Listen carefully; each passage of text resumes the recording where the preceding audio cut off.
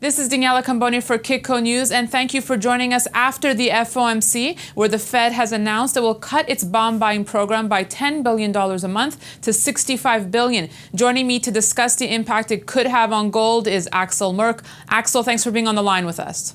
My pleasure. So, Axel, the Fed has announced another round of tapering. Many were expecting this cut. Were you surprised?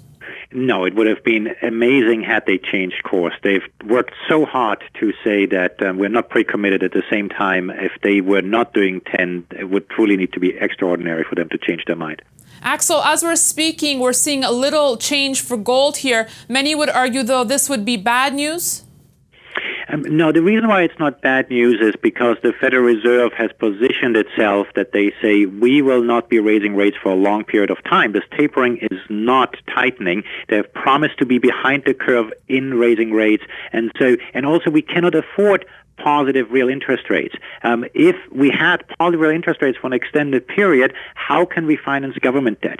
Look at Japan. They have the same problem. The biggest threat we are facing is economic growth. Let us get economic growth. How are we going to tighten? So the opportunity Janet Yellen has, who is taking over in a few days here, is she can give some guidance of what's going to happen going forward, because right now the Fed is just looking at backward-looking indicators, and they know as much as anybody else does, meaning they're very confused, and that's not very good for the markets in general. And so we're going to have this volatility. And the good news here is the volatility might be negative for many other asset classes. And finally, people remember that there is gold, after all, that you can buy as well, that should do well, as the Fed is all but promising to get inflation into the system. Axel, many were anticipating this announcement, especially for the turmoil that we're seeing in the emerging markets. In fact, many blame the Fed for the crisis with the emerging markets right now. However, I know you've said that blaming the Fed is a bit like blaming McDonald's for obesity. So who is to blame?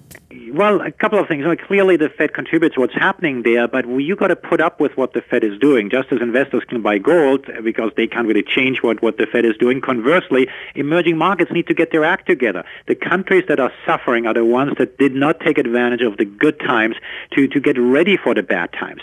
Getting ready means that you find ways to allow investors to buy something other than treasuries, the rule of law, a regulatory environment that makes it worthwhile to invest in the countries, and rather than do what Brazil was doing, or South Africa, or Turkey, to just destroy confidence, and now there's a price they have to pay. That said, do you think today's announcement will help emerging markets? No, the weaker countries in the emerging markets, what the problem they have is they don't have very deep and liquid markets. And the Fed is very transparent. The Fed is transparently confused. And what that means is that the Fed policy is going to be volatile. And volatility is poison for these emerging markets that don't know what to do with these capital flows.